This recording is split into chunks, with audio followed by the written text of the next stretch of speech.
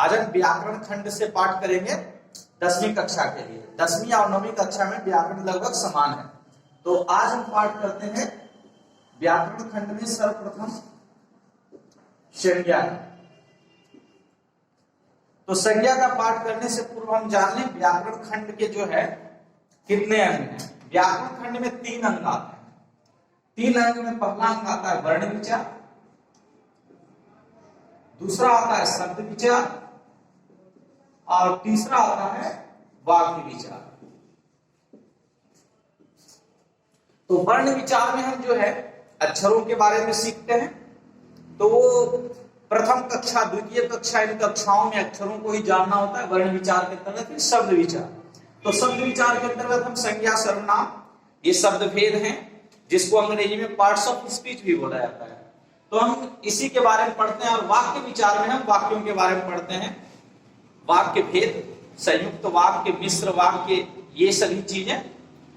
अब हम संज्ञा के बारे में पढ़ेंगे कि संज्ञा क्या है। तो संज्ञा जो है जो कुछ भी हम देखते हैं, जो कुछ भी हम महसूस करते हैं, मतलब कोई भी वस्तु जो संसार में मौजूद है, चाहे वो भावना हो, इमोशन हो, तो एनीथिंग आई कैन सी, जो कुछ हम देख सकते हैं, जो कुछ हम महसूस कर सकते हैं, वो सभी संज्ञा के अंतर्गत आते हैं। आप कोई भी शब्द ले लीजिएगा, क्रिया इत्यादि को छोड़कर, विशेषण को छोड़कर, तो वो सभी जो है संज्ञा है। तो इसके जो है शब्दों के भेद में सर्वप्रथम संज्ञा के बारे में ही हम जानेंगे। संज्ञा, सर्वनाम, विशेषण, क्रिया विशेषण, अव्यय, विस्मयादि बोधक, समुच्चय बोधक, ये सभी जो है शब्द भेद है। तो संज्ञा जिन चीजों को हम देखते या महसूस करते हैं,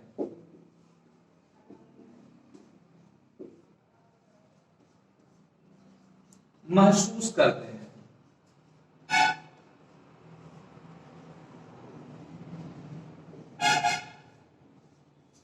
तो ये सभी संज्ञा में आ जाएंगे। जिन चीजों को भी हम देख रहे हैं, महसूस कर रहे हैं, सभी संज्ञा में है। अब देखिए एक छोटा सा एग्जांपल, आप कुछ भी शब्द ले लीजिए। पुस्तक, हम लिख रहे हैं श्वेत पट, तो श्वेत पट भी।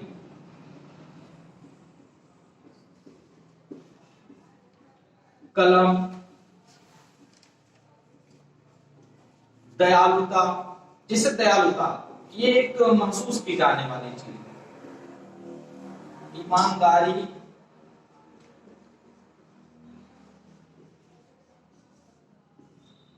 ये सभी चीजें हम संज्ञा के अंतर्गत जानेंगे, संज्ञा के अंतर्गत पढ़ेंगे।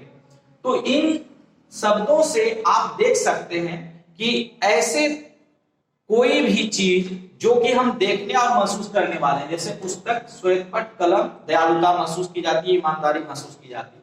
अब हम संज्ञा को जो है कितने भेदों में बांटते हैं। तो संज्ञा को मुख्यतः 5 भेदों में बांटा गया है। संज्ञा के भेद, ये पहले पूर्व में 3 भेद ही थे, लेकिन अब इसके 5 भेद जाने जाते हैं। व्यक्तिवाचक,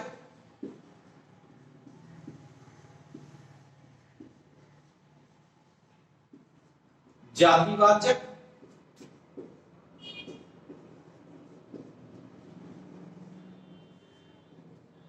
जातिवाचक से 2 अन्य भेद बने हैं, समूहवाचक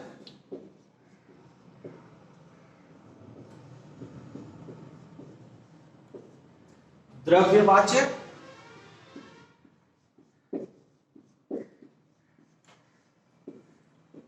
और भाववाचक।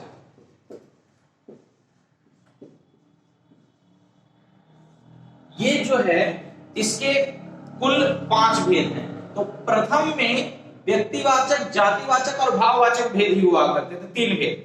परंतु इस समय इसके 5 भेद हैं, जो 2 अन्य भेद बनाए गए हैं, समूहवाचक और द्रव्यवाचक के बारे में।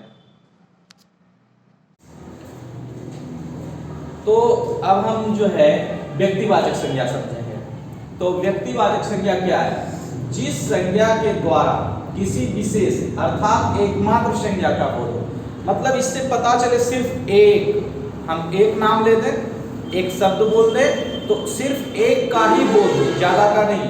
अब आप इसमें देख लीजिए रामायण, तो रामायण सिर्फ एक ग्रंथ का बोध हो रहा है, एक ग्रंथ। हमने कहा ताजमहल तो एक इमारत का बोध हो रहा है। हमने कहा पटना एक शहर का बोध हो रहा है, नगर। दिल्ली तो दिल्ली एक महानगर है, सभी महानगर नहीं, लेकिन अब हम महानगर शब्द बोल देंगे तो कोई भी महानगर का बोध हो जाएगा। लेकिन व्यक्तिवाचक में यही होता है कि सिर्फ मात्र एक का। अब देखिए हिंद महासागर एकमात्र समुद्र का बोध हो रहा है। स्वामी दयानंद, महर्षि दयानंद, तो महर्षि दयानंद से एक महापुरुष का बोध हो रहा है, सिर्फ एक। अब आप इसी से समझिए, जातिवाचक संज्ञा को समझेंगे तो ये स्पष्ट हो जाएगा कि जातिवाचक संज्ञा क्या कर रहा है कि जिस संज्ञा शब्द से एक जाति भर का बोध हो। अब हमने उपर्युक्त व्यक्तिवाचक संज्ञा को ही जातिवाचक में यहां पर बना दिया है। अब आप देखिए रामायण क्या है, ग्रंथ। अब हमने कहा ग्रंथ तो सभी ग्रंथों का बोध हो गया। हमने कहा ताजमहल क्या है, इमारत, तो समस्त। फिर पटना है नगर, तो समस्त नगर का। दिल्ली है महानगर, समस्त महानगर।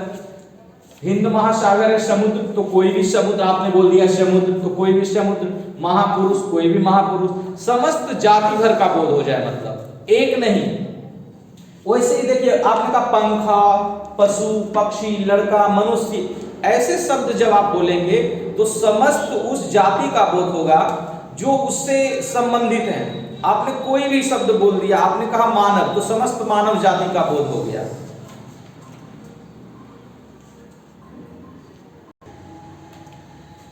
तो आगे जो है, अब देखिए द्रव्यवाचक संज्ञा। तो द्रव्यवाचक संज्ञा क्या है, जिस संज्ञा शब्द से नाप तौल वाली वस्तुओं का बोध। नाप तौल वाली वस्तु जिसे आप नापते हो या तौलते हो, तो ऐसी सभी जो है वस्तुएं, ऐसी सभी चीजें जो है द्रव्यवाचक संज्ञा के अंतर्गत जानी जाएगी। जैसे जैसे बोलिए जी, तेल, आटा, पानी, दूध, चावल, कपड़ा इत्यादि। हाँ, तो इस तरह की चीजें जिसे आप नाप रहे हो, तौल रहे हो, जैसे पानी भी आप नापते हैं उसे, है ना। आटा, दाल, चावल, आलू, ये सब चीजें आप तौलते हैं। तो ये हो गया आपका नाप तौल वाला चीज। अब देखिए समूहवाचक संज्ञा। समूहवाचक संज्ञा में आप जो है देखेंगे कि ऐसे संज्ञा शब्द जिससे पूरे झुंड का बोध हो रहा है, झुंड हो या भीड़ हो, मतलब हमें पता चल रहा है कि वहां पर लोग संख्या में अधिक होंगे, बहुत सारी संख्या में होंगे। जैसे आप बोल दिए वर्ग, कक्षा, तो वहां पर बहुत सारी संख्या में विद्यार्थी होते हैं। आगे ऐसे क्या क्या चीजें दी हुई है, बोलिए। गुच्छा, मेला, सेना, कक्षा, वर्ग, सभा, भीड़, रैली, दल इत्यादि। हाँ, तो ऐसी चीजें। अब आप देखिए कि गुच्छा में बहुत सारे अंगूर होते हैं, मेला में बहुत सारे लोग, सेना में बहुत सारे सैनिक, कक्षा में बहुत सारे विद्यार्थी, सभा में बहुत सारे सभासद, भीड़ में बहुत सारे लोग होंगे, रैली में बहुत सारे लोग होते हैं, दल में, टीम में बहुत सारे सदस्य होते हैं। तो ये मतलब क्या हो गया, ये सब समूहवाचक संज्ञा में आ गए। अब भाववाचक संज्ञा, जिस संज्ञा शब्द से भाव गुण आदि का बोध, मतलब इससे पता चले कि हम बात कर रहे हैं तो वो इमोशन है कोई, जो मनुष्य के अंदर या कोई भी प्राणी के अंदर, किसी भी सजीव प्राणी के अंदर वो पाया जाता हो, है ना। तो ये सभी चीजें, जैसे आप देखते हैं सुंदरता, है ना, तो सुंदरता एक गुण है। ईमानदारी, दयालुता, मानवता, चोरी, समझदारी, अपनापन, बुढ़ापा, जवानी, बचपन, तो भाववाचक संज्ञा शब्द हैं, ये बहुत तरीके से बनाए जा सकते हैं। भाववाचक संज्ञा शब्द बनाने के लिए आप संज्ञा में लगाकर बना सकते हो, जैसे अन्य संज्ञा जो है उसमें लगाकर भाववाचक संज्ञा बन जाएगा। जैसे मानव क्या है, जातिवाचक संज्ञा है, इसमें ता लगा दिए तो भाववाचक संज्ञा। चोर क्या है, जातिवाचक संज्ञा, इसमें ई प्रत्यय लगा दिए तो ये हो गया भाववाचक संज्ञा।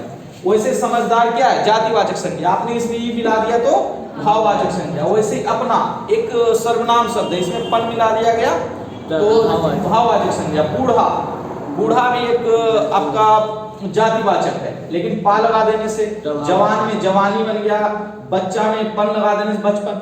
मतलब भाववाचक संज्ञा कई प्रकार के शब्दों से बनाए जा सकते हैं, क्रिया के शब्दों से, विशेषण के शब्दों से, संज्ञा शब्दों से, सर्वनाम शब्दों से।